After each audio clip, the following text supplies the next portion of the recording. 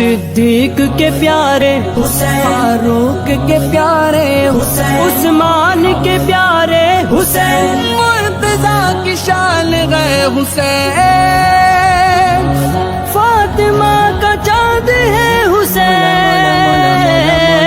امن کا میرا ماہبی، امن کا میرا ماہبی، امن کا میرا ماہبی، جزا ہو باغ شاہبی، ایسا بادشاہ حسین ہے،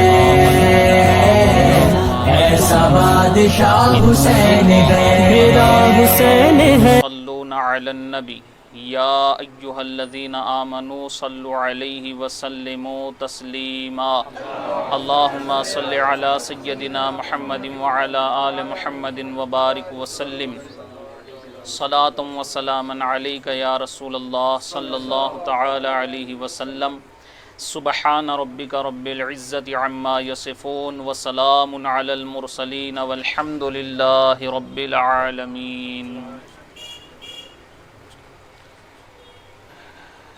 الحمد للہ رب العالمین والعاقبۃ للمتقین، والصلاة والسلام علی من کان نبیا وآدم بین الماء والطین، وعلی آلہ واصحابہ اجمعین، اما بعد۔ قال اللہ تبارک و تعالی فی الکلام القدیم، اعوذ باللہ من الشیطان الرجیم، بسم اللہ الرحمن الرحیم، قل لا اسألکم علیہ اجرا الا المودۃ فی القربى، صدق اللہ مولانا العلی العظیم، وصدق رسولہ النبی الامین الکریم، وَنَحْنُ عَلَى ذَلِكَ لَمِنَ الشَّاهِدِينَ وَالشَّاكِرِينَ وَالْحَمْدُ لِلَّهِ رَبِّ الْعَالَمِينَ۔ حاضرین، سلسلے کلام کے آغاز سے پہلے آئیے ہم اور آپ مل کر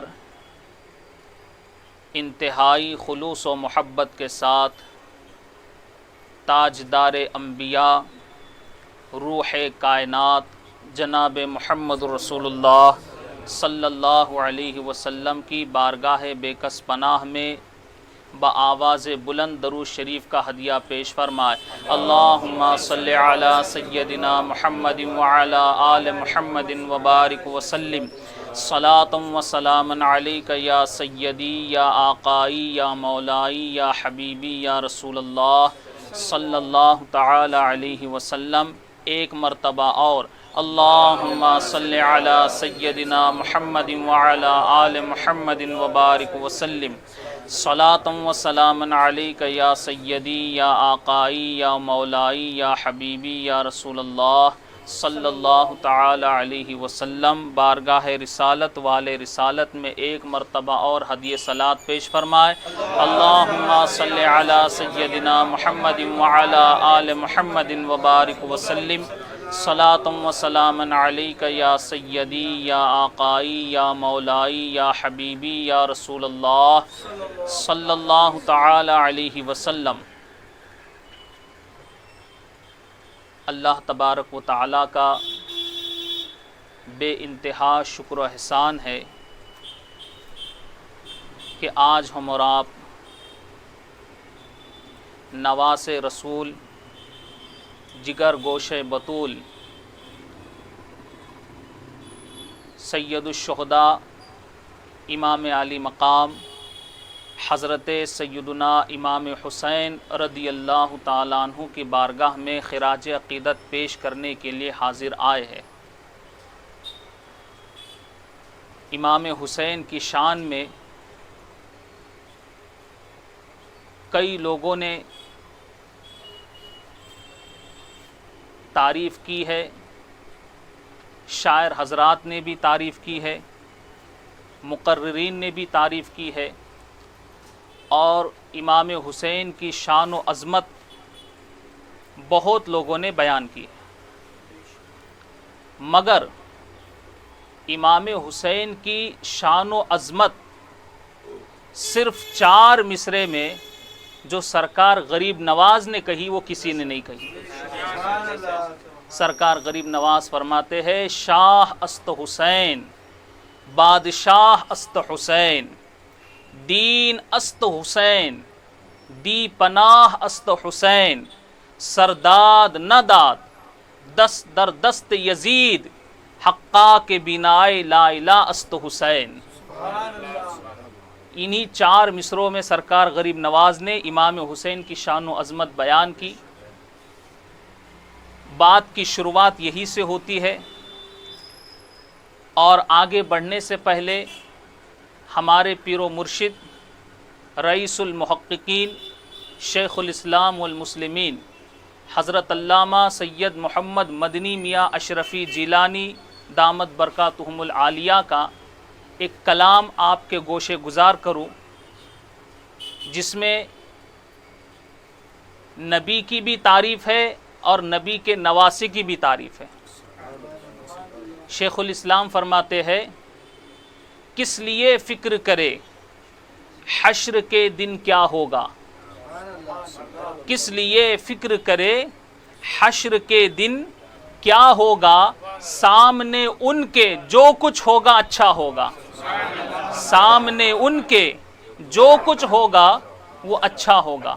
اب آپ نے سبحان اللہ ماشاء اللہ کہہ کے سن تو لیا، سمجھا کیا؟ اب جب میں نے سمجھایا ہی نہیں تو سمجھیں گا کیا؟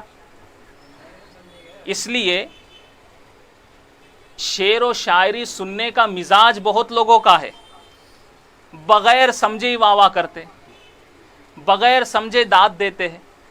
لیکن ذرا توجہ دے، کس لیے فکر کرے حشر کے دن کیا ہوگا، یہ کون بول رہا ہے؟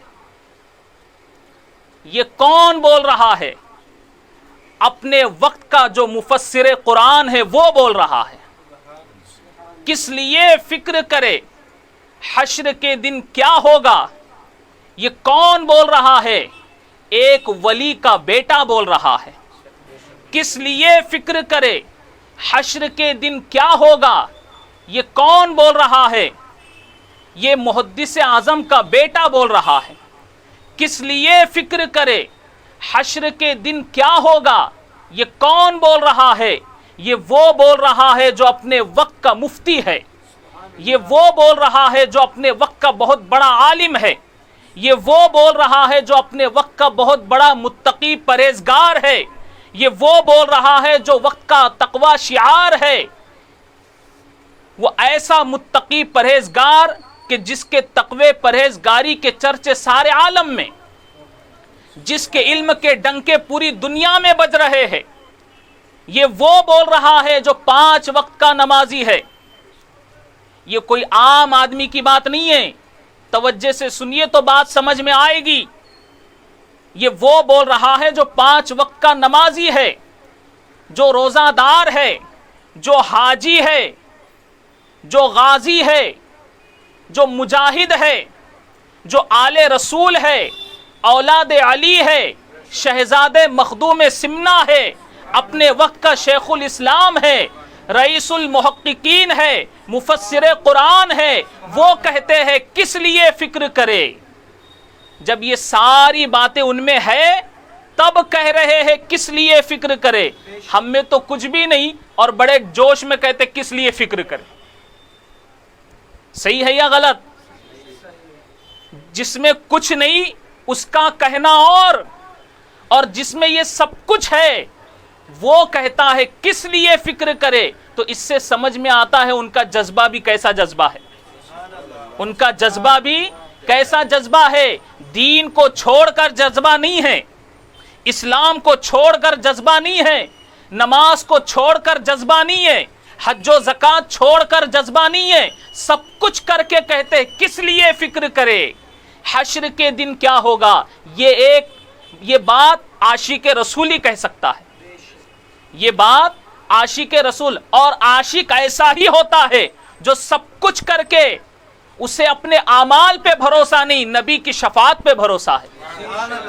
اسے اپنے اعمال پہ بھروسہ نہیں، نبی کی شفاعت پہ بھروسہ ہے. فرماتے کس لیے فکر کرے, حشر کے دن کیا ہوگا, سامنے ان کے جو کچھ ہوگا اچھا ہوگا, سامنے ان کے جو کچھ ہوگا وہ اچھا ہوگا. جذبہ عشق بتا وقت وہ کیسا ہوگا, جذبہ عشق بتا وقت وہ کیسا ہوگا, سامنے جب میرے سرکار کا روضہ ہوگا, سامنے جب میرے سرکار کا روضہ ہوگا. نفسی نفسی کے سوا جب نہ سجھائی دے گا, میدان محشر کی بات ہو رہی ہے, نفسی نفسی کے سوا جب نہ سجھائی دے گا, رب حبلی کی صدا کوئی لگاتا ہوگا, رب حبلی کی صدا کوئی لگاتا ہوگا. میں تو غرقاب تھا ساحل سے لگایا کس نے, میں تو غرقاب تھا ساحل سے لگایا کس نے, میرا آقا میرا مولا میرا داتا ہوگا, میرا آقا میرا مولا میرا داتا ہوگا. اے حسین ابن علی تیری شہادت کو سلام, اے حسین ابن علی تیری شہادت کو سلام. دین حق اب نہ کسی دور میں تنہا ہوگا, دین حق اب نہ کسی دور میں تنہا ہوگا, دین حق اب نہ کسی دور میں تنہا ہوگا.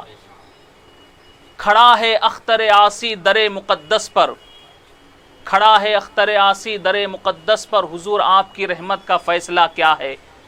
عزیزان گرامی برادران ملت اسلامیہ, اسی کلام کا ایک آخری مقطع ہے.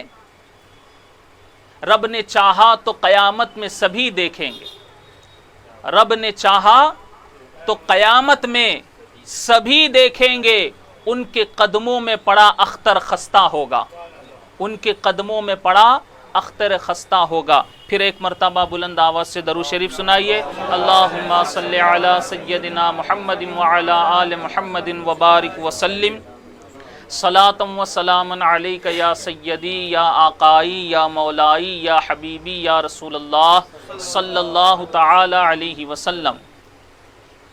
قرآن کریم کی انتہائی مشہور و معروف آیت کریمہ کی تلاوت کا شرف میں نے حاصل کیا ہے. رب تبارک و تعالی فرماتا ہے, قل اے محبوب آپ فرما دو. اب آگے جو بات ہے اس کو سننے سے پہلے اس بات کو ذہن میں رکھو کہ کلام خدا کا ہے اور اعلان مصطفیٰ کا ہے. کلام خدا کا ہے, اعلان مصطفیٰ کی زبان سے ہو رہا ہے. قل لا اسألکم علیہ اجرا, کہ محبوب آپ فرما دو میں تم سے کوئی سوال نہیں کرتا. تبلیغ دین کی اشاعت کے عوض میں جو نبی نے دین کی تبلیغ کی, دین کو پھیلایا, اور یہ تو سب پر ظاہر ہے کہ حضور علیہ الصلاۃ والسلام کے دین کو پھیلانے میں حضور کو کتنی تکلیف ہوئی اور کتنی تکلیفوں سے یہ دین ہم تک آیا. تو حضور علیہ السلام فرماتے ہیں کہ اس کے بدلے میں تم سے کوئی سوال نہیں کرتا, کوئی اجرت نہیں چاہتا. الا المودۃ فی القربى, میرے قرابت داروں سے محبت کرو, میرے گھر والوں سے محبت کرو. ایک آسان اور سلیس ترجمہ آپ لوگوں کو سنایا. نبی نے جو دین کی اشاعت میں تکلیفیں اٹھائی اس کے بدلے نبی ہم سے کچھ نہیں چاہتے, بس اپنے گھر والوں کی محبت چاہتے. اور ذرا آپ غور کیجئے کس میں یہ مجال ہے اور کس میں یہ جرت ہے جو نبی کے ان احسانوں کا بدلہ دے سکے. کوئی نہیں دے سکتا. اب یہی بہتر ہے جو نبی نے مانگا وہ دو. اور نبی کیا کہتے ہیں, الا المودۃ فی القربى, کہ میرے گھر والوں سے محبت کرو. تو اہل بیت کی محبت ہم سب کے اوپر فرض ہے, کیونکہ یہ اللہ کا کلام ہے اور مصطفیٰ کا اعلان ہے کہ میرے گھر والوں سے محبت کرو. اہل بیت قرابت داروں میں کون ہیں؟ تو اس میں الگ الگ اقوال مفسرین کے ملتے ہیں، مگر اسی آیت کی تفسیر میں حضرت ابن عباس رضی اللہ تعالیٰ عنہ یہ فرماتے ہیں کہ صحابہ نے پوچھا یا رسول اللہ صلی اللہ علیہ وسلم وہ کون لوگ ہیں جن سے ہمیں محبت کا حکم دیا جا رہا؟ صحابہ نے پوچھا یا رسول اللہ صلی اللہ علیہ وسلم وہ کون لوگ ہیں، وہ کون سے قرابت دار ہے جن سے ہمیں محبت کا حکم دیا جا رہا ہے؟ تو حضور علیہ السلام فرماتے ہیں وہ ہے علی، فاطمہ اور ان دونوں کے شہزادے۔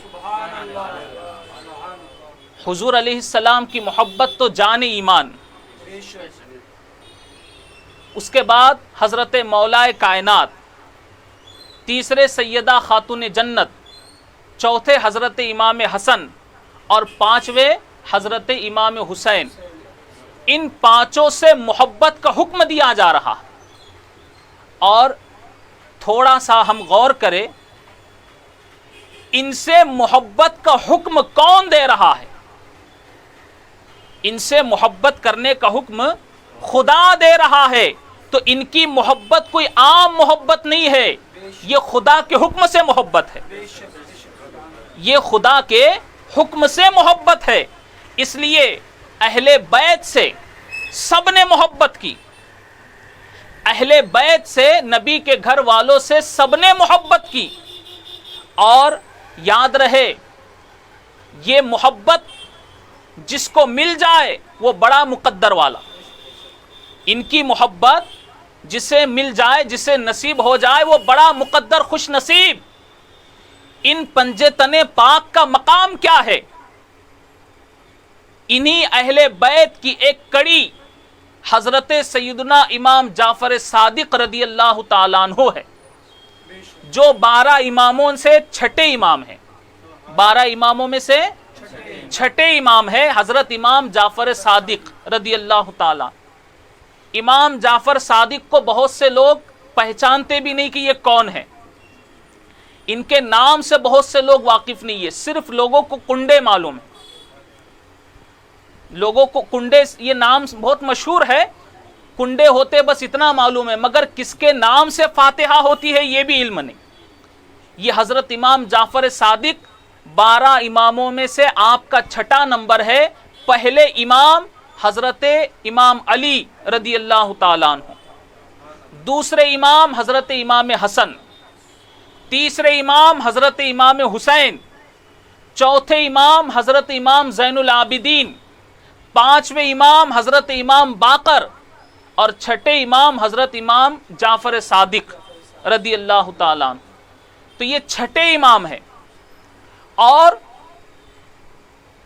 حضرت امام جعفر صادق جو انہی اہل بیت کی کڑی ہے، یاد رہے حضرت علی کے بیٹے امام حسن، امام حسن کے بھائی امام حسین، امام حسین بھی حضرت علی کے بیٹے، امام حسین کے بیٹے حضرت امام زین العابدین، حضرت امام زین العابدین کے بیٹے حضرت امام باقر، اور حضرت امام باقر کے بیٹے حضرت امام جعفر صادق رضی اللہ تعالیٰ عنہ۔ تو امام جعفر صادق کی روایت ہے، آپ فرماتے ہیں، قرآن کی آیت ہے، فَتَلَقَّى آدَمُ مِن رَبِّهِ کلمات، اللہ تبارک و تعالیٰ نے حضرت آدم کو کلمات سکھائے، اللہ نے حضرت آدم کو کیا سکھائے؟ کلمات سکھائے۔ تو یہ کلمات کون سے ہے؟ اس میں بھی مفسرین کے الگ الگ اقوال ہے، مگر میں حضرت امام جعفر صادق کی بات کو پیش کر رہا ہوں۔ امام جعفر صادق کہتے ہیں کہ فتلقى آدم من ربہ کلمات سے مراد یہ 5 نام ہے جو اللہ نے حضرت آدم کو سکھائے۔ حضرت جبریل علیہ السلام حضرت آدم علیہ السلام کے پاس آئے اور ان سے کہا کہ اے آدم علیہ السلام، ان 5 ناموں کو آپ یاد کر لو، ان کی ضرورت پڑے گی۔ محمد، علی، فاطمہ، حسن و حسین، ان 5 ناموں کو آپ یاد کر لو، ان کی ضرورت پڑیں گی۔ حضرت آدم علیہ السلام نے جنت میں ہی ان 5 ناموں کو یاد کر لیا تھا، اور جب آپ زمین پر تشریف لائے آدم علیہ السلام جب جنت سے زمین پر آئے تو 300 سال تک روتے رہے، توبہ و استغفار کرتے رہے۔ امام جعفر صادق فرماتے ہیں کہ جب آپ کو یہ نام جو یاد کرائے گئے تھے جنت میں، جب یہ نام یاد آئے تو حضرت آدم علیہ السلام نے ان 5 ناموں کا وسیلہ دے کر خدا کی بارگاہ میں دعا مانگی، یا اللہ بحق محمد، علی، فاطمہ، حسن و حسین میری مغفرت فرما۔ غیب سے ندا آئی، اے آدم تو نے ایسے ناموں کا وسیلہ پیش کیا ہے کہ ان ناموں کے وسیلے سے اگر تم اپنی ساری اولاد کی مغفرت چاہتے ہو تو ہم سب کو بخش دیتے۔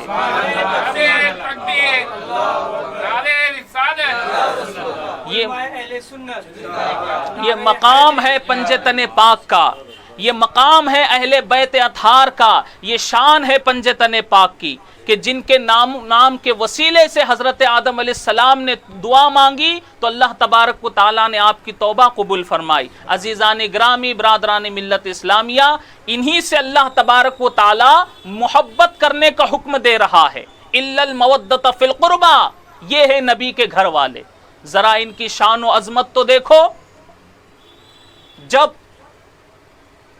عیسائیوں سے مقابلہ ہوا، حضور علیہ السلام نے عیسائیوں کو انہی کی کتابوں سے جواب دیے، لیکن جسے ماننا ہی نہیں ہے وہ سارے دلیلیں سننے کے بعد بھی نہیں مانتا۔ حالانکہ عیسائیوں کو اس بات کو سمجھ لینا چاہیے، جو کتاب پر ہم ایمان رکھتے ہیں، جو کتاب ہمارے پاس ہے، جس کا علم ہمارے پاس ہے، اور یہ محمد صلی اللہ علیہ وسلم ہماری کتاب کو دیکھے بغیر اس کی ساری باتیں بتا رہے ہیں، تب بھی مان لینا چاہیے تھا، مگر نہیں مانے۔ تو پھر اللہ تبارک و تعالیٰ کی طرف سے حکم ہوا کہ اب ان سے مباہلہ کرو۔ اب کیا کرو؟ مباہلہ کرو۔ وہ اپنے خاص لوگوں کو لے کر آئے، تم بھی اپنے ساتھ لوگوں کو لے کر جاؤ، اور ایک دوسرے کے لیے دعا کرنا، جو غلط ہوگا وہ مٹ جائے گا، ختم ہو جائے گا، نیست و نابود ہوگا، اور جو حق پر ہوگا اللہ تبارک و تعالیٰ اس کی حفاظت کرے گا۔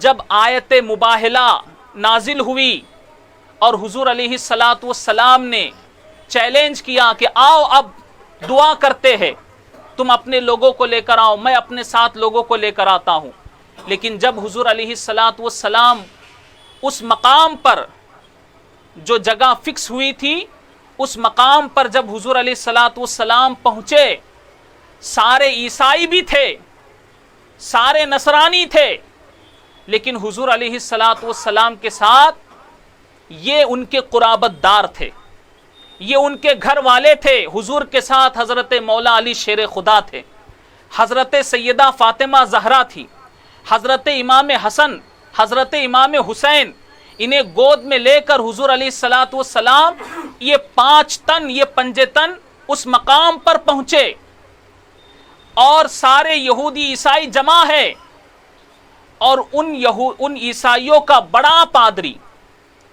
بڑا ان کا جو عالم تھا، جب وہ آیا اور آنے کے بعد جیسے ہی اس کی نظر ان نورانی چہروں پر پڑی، ان پنجتن پاک کے نورانی چہروں پر پڑی، برجستہ اس نے کہا، اپنی قوم سے کہا کہ اے قوم عیسائی، میں یہ نورانی چہرے دیکھ رہا ہوں، خدارا ان کے ساتھ کبھی مقابلہ نہ کرنا، ان کے ساتھ کبھی مقابلہ نہ کرنا، اگر انہوں نے تمہارے لیے بد دعا کر دی تو زمین سے عیسائیوں کا نام و نشان مٹ جائے گا، زمین سے عیسائیوں کا نام و نشان مٹ جائے گا، لہٰذا بغیر مقابلہ کرے واپس چلے گئے۔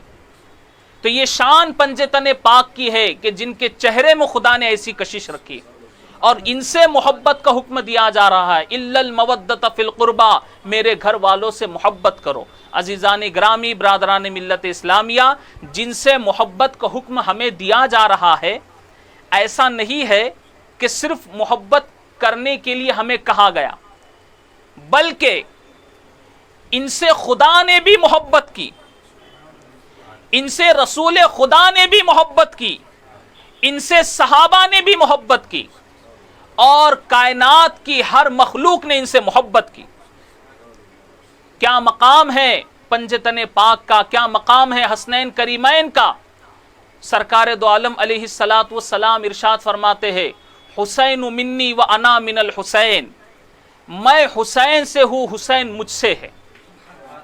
میں حسین سے ہوں، حسین مجھ سے ہے، اور خدا اسے محبوب رکھتا ہے جو حسین سے محبت رکھتا ہے۔ خدا اس سے محبوب رکھتا ہے جو حسین سے محبت رکھے۔ اب آپ ذرا اندازہ لگائیں امام حسین کی شان و عظمت کیا ہے کہ نبی فرماتے میں حسین سے ہوں، حسین مجھ سے ہے، اور خدا اس سے محبت کرتا ہے جو حسین سے محبت کرے۔ تو معلوم ہوا کہ حسین سے محبت کرنے سے خدا ملتا ہے، حسین سے محبت کرنے سے خدا ملتا ہے۔ اور ان کی محبت کے بے شمار واقعات ہے کہ نبی نے ان سے محبت کی ہے، نبی نے ان سے محبت کی، سب نے ان سے محبت کی۔ یہ دونوں شہزادے امام حسن امام حسین بچپن کا زمانہ ہے، اور حضور علیہ الصلاۃ والسلام بے پناہ ان سے محبت کرتے۔ ایک مرتبہ سرکار دو عالم علیہ الصلاۃ والسلام جمعہ کا خطبہ دے رہے ہیں، اور امام حسن امام حسین بچپن کا ان کا زمانہ ہے، مسجد نبوی شریف کی زمین ناہموار ہے، کچی زمین ہے، اور بچپن کا زمانہ ہے، چلنے میں بچے لڑکھڑاتے ہیں۔ امام حسن امام حسین اپنے نانا جان کے پاس آ رہے ہیں، مسجد میں چل کر آ رہے ہیں، ناہموار زمین ہونے کی وجہ سے لڑکھڑاتے ہوئے گر جاتے ہیں، اور سرکار دو عالم علیہ الصلاۃ والسلام جمعہ کا خطبہ دے رہے، صحابہ سامنے ہیں۔ سرکار دو عالم علیہ الصلاۃ والسلام کی نظر پڑی کہ حسنین کریمین آ رہے ہیں اور تھوڑا چلتے ہیں اور گر جاتے ہیں۔ سرکار دو عالم علیہ الصلاۃ والسلام نے خطبہ روک دیا، خطبہ روکا اور منبر سے نیچے اترے، اور امام حسن امام حسین کے پاس گئے اور ان دونوں کو اپنی گود میں اٹھا لیا، اور پھر منبر پر جا کر خطبہ دینا شروع کر دیا۔ تو اس سے پتہ چلتا ہے کہ حضور علیہ الصلاۃ والسلام کتنی محبت فرماتے تھے۔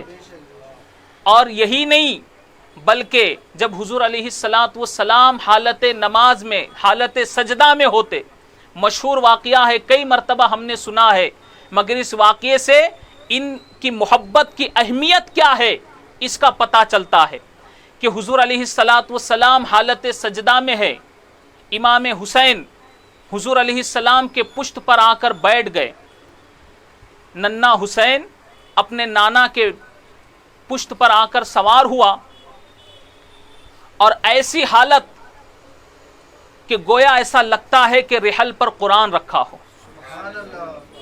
اور یہ رحل پر قرآن تو عام چیز ہے، یہ تو سبھی دیکھتے ہیں، مگر حسین اپنے نانا کے پشت پر ہے تو ایسا معلوم ہوتا ہے جیسے قرآن پر قرآن رکھا ہو، قرآن پر قرآن رکھا ہو۔ لہٰذا سرکار دو عالم علیہ الصلاۃ والسلام نے سجدے کو لمبا کر دیا، سجدے کو طویل کر دیا، سجدے سے سر نہیں اٹھایا۔ نبی چاہتے تو سر اٹھا سکتے تھے، یا پھر امام حسین کو ہاتھ سے پکڑ کر کے اپنے پشت سے ہٹا سکتے تھے، مگر جب تک امام حسین خود بخود نہیں اترے، نبی نے اس وقت تک سجدے سے سر نہیں اٹھایا۔ نبی سجدے میں ہی ہے، خدا کو یاد کر رہے ہیں، زبان پر خدا کا ذکر ہے، دل میں حسین کی یاد ہے۔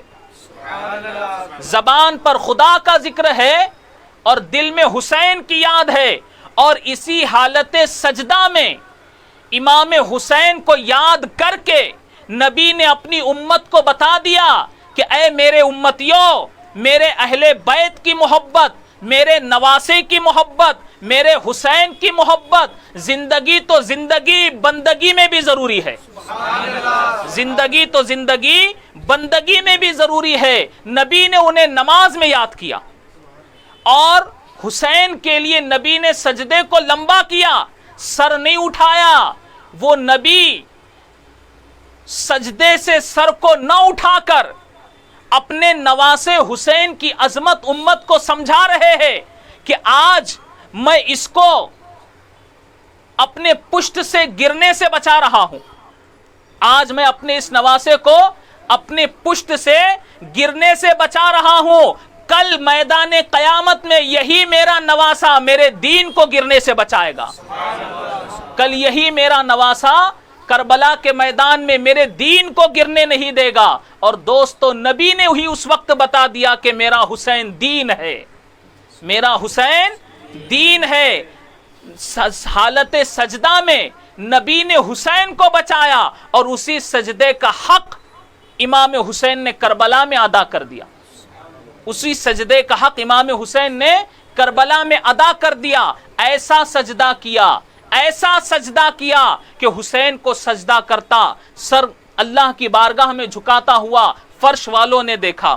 حسین کو سجدہ کرتا عرش والوں نے دیکھا. حسین کو سجدہ کرتا کائنات کی ہر چیز نے دیکھا. مگر سر جھکتا سب نے دیکھا، اٹھتا کسی نے نہیں دیکھا. سر جھکتا سب نے دیکھا، اٹھتا کسی نے نہیں دیکھا.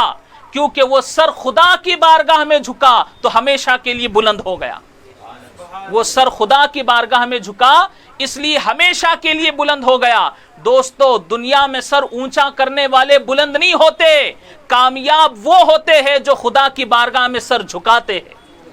کامیاب وہ ہوتے ہیں جو خدا کی بارگاہ میں سر جھکاتے ہیں. عزیزان گرامی، برادران ملت اسلامیہ، اسی طرح ایک مرتبہ حضور علیہ السلام اپنی بیٹی سیدہ فاطمہ رضی اللہ تعالی عنہ کے گھر تشریف لائے.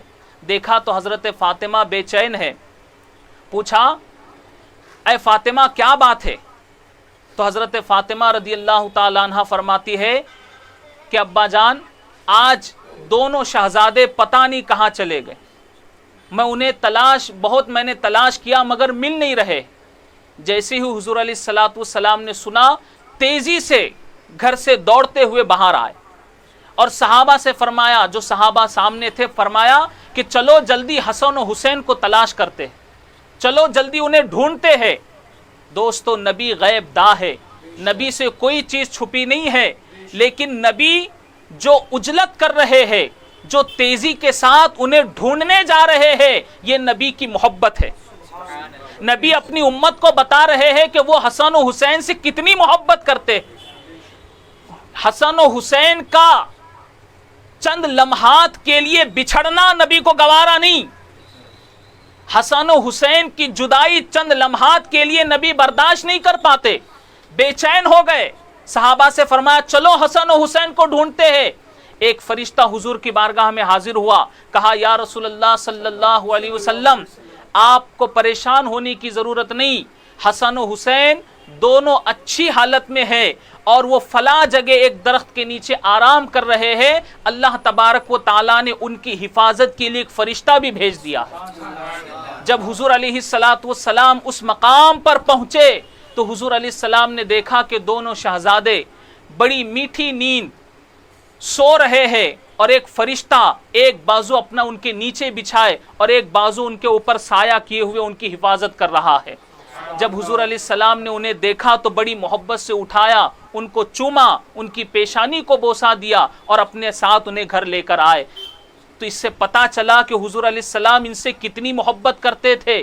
چند لمحے کی جدائی حسن و حسین کی نبی کو گوارا نہیں. ساتھ ہی ساتھ حسنین کریمین سے محبت کرنے والے کون ہیں؟ فرشتے بھی ان سے محبت کرتے ہیں اور فرشتے بھی ان کے خادم ہیں. حسنین کریمین فرشتوں کے بھی مخدوم ہیں. حسن و حسین فرشتوں کے مخدوم ہیں. دوستو یہ ایسے لوگ ہیں جن سے فرشتوں نے بھی محبت کی ہے، جن سے فرشتوں نے محبت کی ہے. اور ایک مرتبہ حضور علیہ السلام کے پاس ایک صحابی نے ایک ہرنی کا بچہ تحفے میں پیش کیا تو حضور علیہ السلام تحفہ قبول فرماتے تھے. حضور نے تحفہ قبول فرمایا. قریب میں ہی حضرت امام حسن بیٹھے تھے. حضور علیہ السلام نے وہ ہرنی کا بچہ امام حسن کو پیش کیا. امام حسن رضی اللہ تعالیٰ عنہ اسے کھیلتے ہوئے اس کے ساتھ گھر آئے. حضرت امام حسین نے دیکھا تو کہا کہ بھائی یہ تم کہاں سے لائے؟ تو حضرت امام حسن نے فرمایا کہ میں نے یہ نانا جان سے لایا ہوں، مجھے نانا جان نے دیا ہے. کہا مجھے بھی چاہیے. تو کہا جاؤ تم بھی نانا جان کے پاس، اگر تمہیں بھی چاہیے تو تم بھی نانا جان کے پاس جا کر لے لو. امام حسین اپنے نانا کے پاس آئے اور طلب کیا کہ مجھے بھی ہرنی کا بچہ چاہیے. اب تھا تو ایک، دوسرا کہاں سے دیتے؟ حضور علیہ السلام خاموش ہے اور امام حسین بار بار طلب کر رہے ہیں، مانگ رہے ہیں کہ مجھے بھی ہرنی کا بچہ چاہیے، مجھے بھی ہرنی کا بچہ چاہیے. قریب تھا کہ امام حسین ہرنی کا بچہ مانگتے ہوئے رو پڑے. ابھی رونے ہی والے تھے، کیا دیکھتے ہیں کہ جنگل کی طرف سے ایک ہرن اپنا بچہ خود لے کر کے آئی اور حضور کی بارگاہ میں پیش کیا اور کہا یا رسول اللہ، پہلے جو بچہ آیا تھا یہ بھی میرا تھا، یہ دوسرا بچہ میں خود لے کر آئی ہوں. میں اپنے بچوں کی جدائی برداشت کر سکتی ہوں مگر حسین کا رونا مجھ سے برداشت نہیں ہوگا.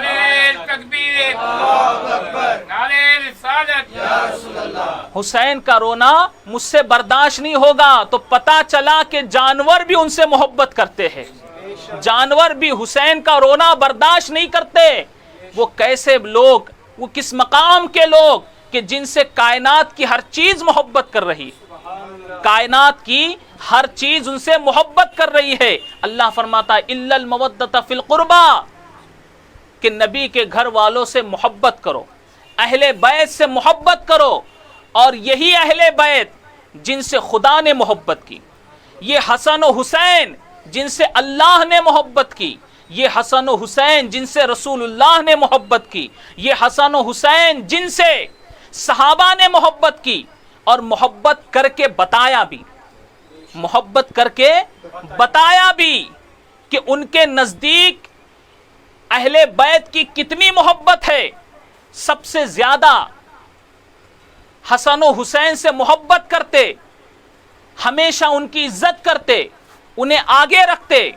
اور دوستو ان کی محبت ہم سب کے لیے لازم ہے، ان کی محبت ہم سب کے لیے لازم ہے کیونکہ یہ اللہ کا فرمان ہے.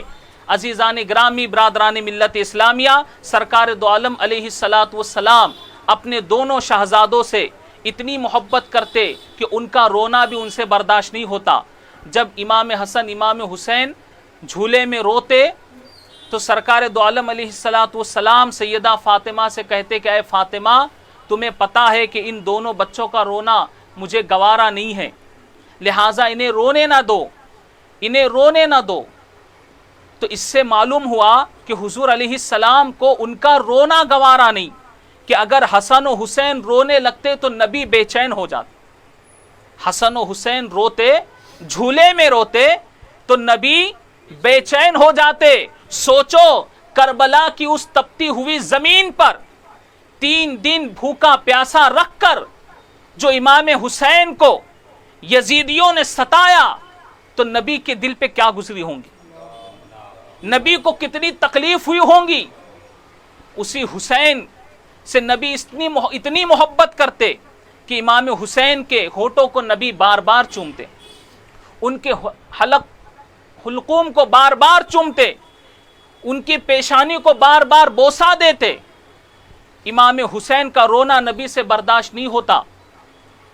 حسن و حسین سے سب محبت فرماتے. جب نبی محبت کرتے ہیں تو نبی کو دیکھ کر سب کے دل میں محبت آتی.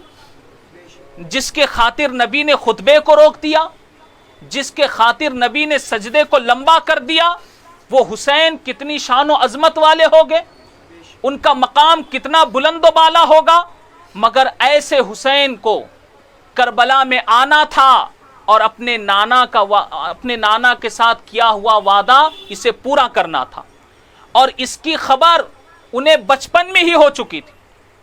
جب امام حسین پیدا ہوئے تھے تو اسی وقت حضرت جبریل حضور علیہ السلام کے پاس تشریف لائے اور حضور علیہ السلام کی گود میں امام حسین تھے. حضور علیہ السلام سے حضرت جبریل نے فرمایا یا رسول اللہ صلی اللہ علیہ وسلم، یہ آپ کا نواسا جو آج پیدا ہوا ہے، مگر آپ جو اس نواسے سے جو محبت فرماتے ہیں، آپ کے اسی نواسے کو آپ کی امت کربلا میں 3 دن بھوکا پیاسا رکھ کے انہیں شہید کریں گے، اور جس مقام پر وہ شہید ہوں گے اس مقام کی مٹی بھی حضرت جبریل ساتھ میں لائے تھے، اور وہ مٹی حضرت جبریل نے حضور علیہ السلام کو پیش کی. حضور علیہ السلام نے وہ مٹی حضرت ام سلمہ کو دی. حضور کا علم غیب اس سے ظاہر ہوتا ہے، پتہ چلتا ہے کہ ازواج مطہرات میں سے حضور نے وہ مٹی کسی کے پاس نہیں دی لیکن ام سلمہ کے پاس دی. اور اس لیے کیونکہ حضور کو علم تھا کہ میری ازواج میں سے یہی آخری اس وقت تک باقی رہیں گی جب حسین شہید ہوں گے. اور وہ مٹی انہوں نے ایک شیشی میں بھر کے رکھی تھی. حضور علیہ السلام کتنی محبت فرماتے تھے آپ ذرا اندازہ لگائے. ایک مرتبہ حضور صلی اللہ علیہ وسلم کی آغوش میں ایک طرف حضور کے بیٹے حضرت ابراہیم بیٹھے، دوسری طرف حضرت امام حسین بیٹھے. دونوں بچوں سے حضور پیار فرما رہے. حضرت جبریل حاضر ہوتے ہیں، یا رسول اللہ صلی اللہ علیہ وسلم، اللہ تبارک و تعالی ان دونوں میں سے ایک کی قربانی چاہتا ہے. ان دونوں میں سے ایک کی قربانی چاہتا ہے. تو حضور علیہ السلام نے پوچھا کہ اللہ تبارک و تعالی کس کی قربانی چاہتا ہے؟ تو حضرت جبریل نے فرمایا کہ یہ فیصلہ اللہ تبارک و تعالی نے آپ پر چھوڑا ہے. یہ فیصلہ خدا نے آپ پر چھوڑا ہے. اس سے پتہ چلتا ہے کہ حضور کو اللہ نے کیسا اختیار دیا ہے. موت اور حیات یہ خدا کے اختیار میں ہے. کس کو باقی رکھنا، کس کو موت دینا، یہ خدا کے اختیار میں ہے. مگر اختیار مصطفیٰ دیکھو کہ اللہ تبارک و تعالیٰ نے نبی کو اختیار دیا، تم جس کو چاہو رکھو، جس کو چاہو دے دو. تو حضور علیہ السلام نے سوچا کہ اگر میں میرے نواسے حسین کو دے دوں تو اس کے جانے کا غم مجھے بھی ہوگا، علی کو بھی ہوگا، فاطمہ کو بھی ہوگا، اور اگر میرے بیٹے ابراہیم کو دیتا ہوں تو اس کا غم صرف مجھے ہوگا. تو حضور علیہ السلام نے فرمایا کہ میں اپنے بیٹی کی قربانی دیتا ہوں. ذرا آپ خیال کریں، ایک وہ وقت تھا جب اللہ نے ابراہیم سے اسماعیل کی قربانی مانگی تھی. اللہ نے ابراہیم سے اسماعیل کی قربانی مانگی تھی. یہاں امام الانبیاء نے اپنے بیٹے ابراہیم کی قربانی دی. تو حضرت جبریل سے حضور نے فرمایا کہ میں اپنے بیٹے ابراہیم کی قربانی دینا چاہتا ہوں. تو اس کے 3 دن کے بعد حضرت ابراہیم کا انتقال ہو گیا اور پھر انہیں سپرد خاک کر دیا گیا. اس سے پتہ یہ چلا کہ حضور علیہ السلام نے اپنے بیٹے سے بھی محبت کی اور اپنے بیٹے سے زیادہ نواسے سے محبت کی. حسنین کریمین کی محبت کتنی ہے کہ اپنی بیٹے کے، اپنے نواسے کے خاطر نبی نے بیٹے کی قربانی دے دی. یہ حسنین کریمین کا مقام ہے. عزیزان گرامی، برادران ملت اسلامیہ، یہی امام علی مقام رضی اللہ تعالیٰ عنہ جن سے حضور علیہ السلام نے اتنی محبت فرمائی، محبت کر کے بتایا کہ حسین کی شان و عظمت کیا ہے، محبت کا حکم دے کے بتایا کہ امام حسن امام حسین کی شان کیا ہے. مگر انہی شہزادوں کے ساتھ دنیا داروں نے بے وفائی کی. امام حسین کو دھوکے کے ساتھ کوفے میں بلایا گیا اور پھر انہیں کربلا کے میدان میں لایا گیا. دوستو، امام حسین کوئی جنگ کی تیاری سے نہیں گئے تھے، ہتھیار ساتھ لے کر نہیں گئے تھے، اپنے گھر والوں کو کوئی ساتھ لے کر جنگ میں نہیں جاتا. مگر یہ پورا 81 لوگوں کا قافلہ، جن میں گھر کی خواتین بھی تھی، بچیاں بھی تھی، بچے بھی تھے، پورے خاندان کے ساتھ امام حسین رضی اللہ تعالیٰ عنہ نکلے تھے. لیکن انہیں دھوکے کے ساتھ کربلا میں لایا گیا، اور کربلا میں آنے کے بعد بھی امام حسین نے حتی الامکان کوشش کی کہ کسی طرح سے یہ لوگ یزیدی امام حسین کے قتل سے باز آ جائے۔ یاد رہے دوستو، حسین کو اپنی جان کی پرواہ نہیں تھی، اپنی جان نہیں بچانی تھی، مگر حسین اس لیے چاہتے تھے کہ وہ رحمت للعالمین کا نواسا ہے، اور جیسے نبی رحمت ہے، جیسے نبی رحمت ہے، ایسے ہی نواسے رسول بھی رحمت ہے۔ وہ چاہتے تھے کہ یہ لوگ میرے قتل سے باز آئے اور جہنم میں جانے سے بچ جائے، یہ لوگ میرے قتل سے باز آئے اور جہنم میں جانے سے بچ جائے، مگر کربلا ان کا مقدر بن چکا تھا، اور جب امام حسین کی پیدائش کے وقت میں ہی یہ بتا دیا گیا تھا کہ انہیں شہید کیا جائے گا، تو دوستو حضور علیہ السلام کو پتا تو چل گیا تھا کہ میرے نواسے کو شہید کیا جائے گا، مگر اس وقت میں حضور علیہ السلام نے اس مشکل وقت کو ٹلنے کی دعا نہیں مانگی۔ بتائیے، نبی کی ہر دعا قبول ہوتی ہے نا؟ نبی مستجاب الدعوات ہوتے ہیں، جو دعا مانگو اللہ نبی کی ہر دعا قبول کرتا ہے۔ جب حضور علیہ السلام کو امام حسین کی شہادت کی خبر ملی تو حضور علیہ السلام چاہتے تو دعا مانگ سکتے تھے کہ یا اللہ یہ مصیبت ٹل جائے، میرا حسین قتل ہونے سے بچ جائے، مگر نبی نے یہ دعا نہیں مانگی، بلکہ نبی نے دعا مانگی تو کیا مانگی؟ یا اللہ میرے حسین کو صبر اور اجر عطا فرما، میرے حسین کو صبر اور اجر عطا فرما۔ نبی کو پتا ہے صبر کیا ہے، اجر کیا ہے، نبی کو علم ہے صبر کیا ہے، اجر کیا ہے۔ صبر دنیا میں ہے، اجر آخرت میں ہے، صبر دنیا میں ہے، اجر آخرت میں ہے۔ اور آپ امام حسین کو دیکھو کہ نبی کی دعا کا اثر امام حسین کے ساتھ کیسے رہا، نبی کی دعا کا اثر امام حسین کے ساتھ کیسے رہا کہ امام حسین اتنی مشکلات سے گزرے، ہر جگہ ان کے ساتھ دھوکا ہوا، مگر حسین نے صبر کیا۔ مدینہ چھوڑنا پڑا، حسین نے صبر کیا۔ مکہ چھوڑنا پڑا، حسین نے صبر کیا۔ اپنے بھائی کی قبر سے دوری اختیار کرنا پڑی، حسین نے صبر کیا۔ اپنے والدین کے مزار سے دور ہونا پڑا، حسین نے صبر کیا۔ نانا جان کے روزے کو چھوڑنا پڑا، حسین نے صبر کیا۔ کربلا میں دھوکے کے ساتھ لایا گیا، حسین نے صبر کیا۔ حسین کے سارے خاندان کے لوگوں کو شہید کیا گیا، حسین نے صبر کیا۔ حسین کے جان نثاروں کو شہید کیا گیا، حسین نے صبر کیا۔ یہاں تک کہ ان کے گھر کے جوانوں کو شہید کیا گیا، حسین نے صبر کیا۔ 6 مہینے کے دودھ پیتے علی اصغر کو شہید کیا گیا، مگر حسین نے صبر کیا۔ صبر کا دامن آخر تک امام حسین نے نہیں چھوڑا۔ یہ نبی کی دعا کا اثر تھا۔ ایسا صبر کیا، ایسا صبر کیا کہ صبر کو بھی امام حسین پر ناز ہے۔ ایسا صبر کیا کہ صبر کو بھی امام حسین پر ناز ہے۔ عزیزان گرامی، برادران ملت اسلامیہ، 10 محرم الحرام کا وہ پرآشوب دن آ گیا اور یزید کی طرف سے نقارِ جنگ بجا۔ فجر کی نماز کا وقت، اس سے پہلے فجر کا وقت ہوا، جنگ سے پہلے فجر کی نماز آئی۔ جب فجر کا وقت ہوا تو حضرت امام حسین رضی اللہ تعالیٰ عنہ نے حضرت علی اکبر سے فرمایا، اپنے بیٹے سے، کہ اے علی اکبر فجر کی اذان دو۔ دوستو ہوش کے کان سے سنیے،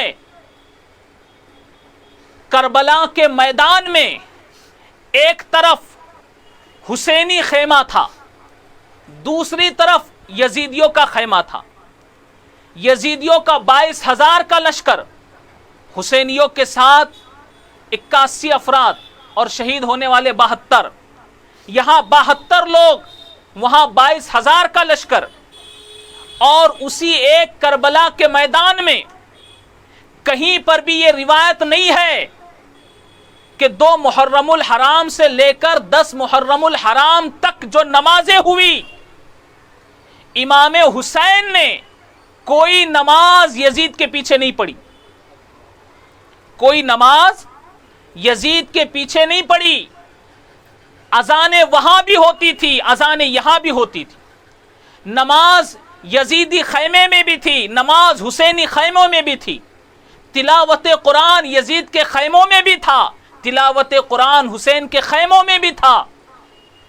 لیکن جب فجر کی اذان ہوئی اور حضرت علی اکبر نے اذان پڑھی، آواز دی، ندا دی، اللہ اکبر اللہ اکبر، اسی منظر کو ڈاکٹر اقبال نے اس شعر میں پیش کیا کہ ذرا تصور کرو، اذان دونوں طرف ہے، نماز دونوں طرف ہے، تلاوت قرآن دونوں طرف ہے، مگر ڈاکٹر اقبال پکارتا ہے الفاظ و معنی میں تفاوت نہیں، لیکن الفاظ و معنی میں تفاوت یعنی فرق، الفاظ و معنی میں جیسے یہاں اللہ اکبر کہا جا رہا ہے ویسے وہاں بھی اللہ اکبر کہا جا رہا ہے، جیسے یہاں اشہد ان لا الہ الا اللہ کہا جا رہا ہے ویسے وہاں بھی اشہد ان لا الہ الا اللہ کہا جا رہا ہے۔ الفاظ و معنی میں تفاوت نہیں، لیکن ملا کی اذان اور ہے، مجاہد کی اذان اور ہے، ملا کی اذان اور ہے، مجاہد کی اذان اور ہے۔ امام حضرت علی اکبر کی اذان یہ مجاہد کی اذان ہے، اور یہ صدا دے رہی ہے اللہ اکبر، اے یزید تو بڑا نہیں، خدا سب سے بڑا ہے، اللہ اکبر، خدا سب سے بڑا ہے۔ جو مصیبت، جو تکلیف، جو پریشانی ہمیں پہنچائی جا رہی ہے یہ مصیبت بڑی نہیں، اللہ سب سے بڑا ہے۔ تو الفاظ و معنی میں تفاوت نہیں، لیکن ملا کی اذان اور ہے، مجاہد کی اذان اور ہے۔ عزیزان گرامی، برادران ملت اسلامیہ، نماز فجر ادا کی، بڑے سکون و اطمینان سے نماز فجر ہوئی۔ اس کے بعد یزید کی طرف سے نقار جنگ بجا اور ابن سعد نے پہلا تیر مار کر کے یہ اعلان کر دیا کہ اے یزیدیو، تم گواہ رہنا کہ اہل بیت کی طرف پہلا تیر میں نے چلایا۔ اور پھر اس کے بعد یکے بعد دیگرے جان نثاران حسین امام علی مقام کی بارگاہ میں آتے رہے، امام حسین سے اجازت طلب کرتے رہے، میدان میں جا کر کے دشمنوں سے مقابلہ کرتے اور جام شہادت نوش فرماتے۔ اسی طرح جان نثاروں کا سلسلہ چلتا رہا۔ کئی جان نثاران حسین نے امام حسین کے لیے اپنی جان قربان کر دی۔ اس کے بعد اہل بیت اطہار کی باری آئی، امام حسین کے گھر والوں نے بھی اپنی قربانی دی۔ یکے بعد دیگرے لوگ آتے گئے، امام حسین سے اجازت لیتے گئے اور میدان میں جا کر کے جام شہادت نوش فرماتے رہے۔ دوستو، ایسے شہید ہونے والوں کی بہت سے واقعات ہے، مگر وقت اتنا نہیں ہے کہ میں سب عرض کر سکوں۔ میں مختصراً یہ عرض کرنا چاہتا ہوں کہ جب سارے جانثار، رفقا اور جتنے بھی آپ کے قرابت دار تھے وہ سب کے سب شہید ہو گئے، اب کوئی باقی نہ رہا، یہاں تک کہ 6 مہینے کے علی اصغر کے پیاسے حلق پر بھی یزیدیوں نے تیر چلایا، انہیں بھی شہید کیا۔ اس کے بعد امام علی مقام امام حسین رضی اللہ تعالیٰ عنہ اپنے خیمے میں آتے ہیں،